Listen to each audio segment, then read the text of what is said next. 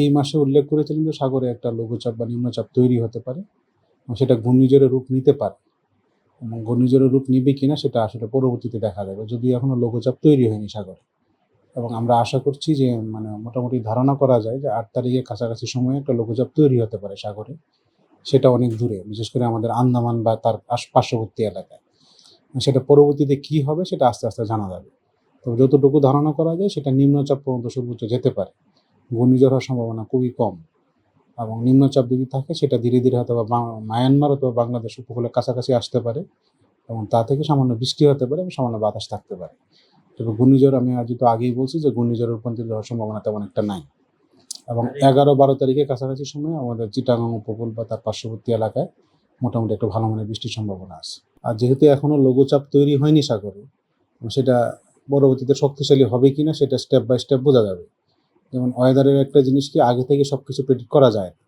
একটা জিনিস তৈরি হলে সেটা কোন দিকে যাবে এবং কতটুকু শক্তিশালী হবে সেটা ধাপে ধাপে আমরা বুঝতে পারি, কিংবা ট্র্যাক অনুসারে বুঝতে পারি যেটা কোন দিকে যেতে পারে বা শক্তিশালী হবে কিনা। আর আমাদের 1 মাসেই সেটা আমরা যেটা লং রেঞ্জ মিটিং করেছিলাম সেখানে উল্লেখ করেছিলাম যে সেটা সর্বোচ্চ নিম্নচাপ পর্যন্ত যেতে পারে, ঘূর্ণিঝড় হওয়ার সম্ভাবনা খুবই কম। আমরা 5 দিনের পূর্বাভাস দিই এবং 5 দিনের আউটলুক দিয়ে দিই, টোটাল 10 দিনের কথা উল্লেখ করি। আর 5 দিন এই সময়টা আমরা বিশেষ করে মার্চ এপ্রিল মে আমরা 5 দিন যেটা উল্লেখ করব সেটা 6 ঘন্টা পরেই সেটা ব্যতিক্রম হয়ে যেতে পারে।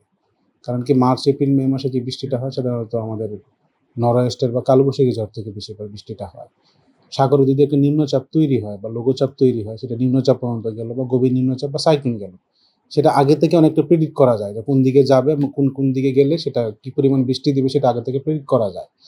কিন্তু নরওয়েস্টের পিরিয়ডে যে কালবৈশাখী ঝড়গুলো হয় কালবৈশাখীর সময়, সেটা আগে থেকে প্রেডিক্ট করা খুব কঠিন।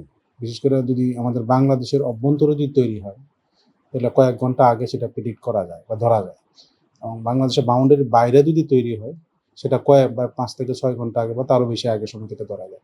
যেহেতু নরওয়েস্টার আমরা বলি, নর্থ ওয়েস্ট থেকে যে সিস্টেমগুলো আসে সেটাকে নরওয়েস্টার বলা হয়। এবং ওইটা ধীরে ধীরে বাংলাদেশের দিকে প্রবেশ করে এবং বাংলাদেশে একবার বৃষ্টি দিয়ে আর একবার বের হয়ে যায় বা শেষ হয়ে যায়। লাইফ টাইম থেকে 8 থেকে 10 ঘন্টা বা তারও কম হতে পারে। আর বিশেষ করে যদি আমাদের অভ্যন্তরে তৈরি হয় সেটা অনেক সময় ঢাকার আশেপাশে তৈরি হতে পারে, খুলনার আশেপাশে যে কোনো জায়গায় তৈরি হতে পারে এবং সামান্য সময় বৃষ্টি বা ঝড়ো বাতাস দিয়ে সেটা শেষ হয়ে যায়। তা আমরা যেহেতু প্রতি 6 ঘন্টা পর পর বা 12 ঘন্টা পর পর আমরা ওয়েদারটা যে ফরকাস্টটা হয় সেটা আপডেট করি। আমাদের 5 দিনের যে ফরকাস্টটা দেখেন সেটা সকালে একবার আমরা আপডেট করি এবং সন্ধ্যার দিকে আরেকবার আপডেট করি। আগামী 4-5 দিন ওয়েদার যে একেবারে ড্রাই যাবে সে সম্ভাবনা খুবই কম। কারণ আমরা আজকে ধারণা করছি যে সন্ধ্যার কাছাকাছি সময়ে রংপুর, রাজশাহী, ময়মনসিংহ, সিলেট এবং ঢাকার আশেপাশে কিছু জায়গায় হয়তোবা 2-1 জায়গায় বৃষ্টি হতে পারে। আমরা বৃষ্টি যেটা উল্লেখ করি, দেখুন ফরকাস্টটা যদি 2-1 জায়গা বা at 1 or 2 প্লেসেস উল্লেখ থাকে সেখানে আমরা 25% এরিয়া কভারেজ। আমরা ঢাকা ডিভিশনকে যদি 1000 কিলোমিটার ধরি সেখানে হয়তোবা 250 কিলোমিটারের মধ্যে বৃষ্টি হতে পারে, বাকি 750 কিলোমিটার বৃষ্টিহীন থাকতে পারে। সেটাকে বলি আমরা at 1 or 2 প্লেস। আর যদি ফিউ প্লেস উল্লেখ করি তবে 50% এরিয়া কভারেজ। আর যদি মেনি প্লেসেস উল্লেখ করি বা 75% এরিয়া কভারেজ। আর যদি মোস্ট প্লেসেস উল্লেখ করি তো বুঝতে হবে যে পুরা টোটাল সবটা জায়গায় বৃষ্টি হতে পারে।